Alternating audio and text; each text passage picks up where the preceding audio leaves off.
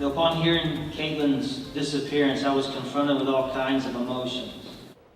Now at 11, a somber service inside Fairfield High School. Family and friends saying their final goodbyes to Katelyn Markham as police hunt for her killer.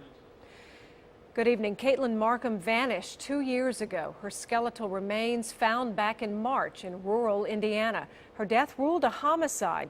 Tonight, investigators comb every piece of evidence they can, looking for the person responsible. 9 on your side's Amy Wattis was at today's memorial service. She joins us live with the sadness for family and where the investigation goes from here. Amy?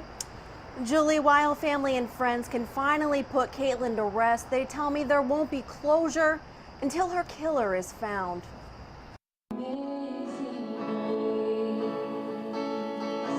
Those who knew Katelyn had the chance to say their final goodbyes at Fairfield High School. Her casket rested on the school auditorium stage, her artwork nearby, a slideshow of pictures flashing above. A bittersweet day for Gabrielle Keller. Is it really closure for you today? No. I mean, no. Not until we know exactly what happened. Gabrielle Keller is the cousin of John Carter, Markham's fiance. She wants to know how Markham's remains ended up at a dump site along Big Cedar Creek in Indiana off of U.S. Route 52. An Indiana man was looking for scrap metal when he found them on April 7th. There's something about searching for somebody for a long time, I think. I mean, you probably hope that she'll walk in alive, but then you have this feeling that you know it's not going to happen. Debbie Estes, who has a missing son, was among the many people who helped participate in Markham's search. Markham disappeared from her Fairfield home on August 14th, 2011. On August 13th of this year, her death was ruled a homicide, but investigators still can't determine how she died. 9 on your side's I-Team interviewed Katelyn's dad, Dave Markham, at the beginning of the month. He believes there could be other leads out there. I still think there's some other people that need to be talked to. Whether suspect or witness or has information. I still think there's a lot of people out there that have been overlooked. Investigators say any little piece of information could help break the case.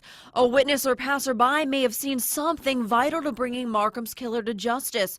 Police must go through hundreds of interviews conducted after Markham was reported missing 2 years ago. Dave Rader, who led Markham's search, is confident the case will be cracked. You have two very capable law enforcement agencies working hand in hand, and I do believe that one day this will, the final chapter, you might say. I mean, we're 2/3 of the way there. All we need to do now is find the person that did this to her. A difficult task investigators say isn't impossible, but could take months or years. And WCPO Digital spoke to Vernon Gieberth about this case. He's the former commanding officer of the Bronx Homicide Task Force out of New York. Now, he believes that this death was planned because her remains were found 25 miles away from her Fairfield home. Now, as the investigation continues, he says it may be up to the public to bring forward any other information to help crack this case. Amy Wattis, 9 on your side, live from Mount Adams. Thanks, Amy. New tonight.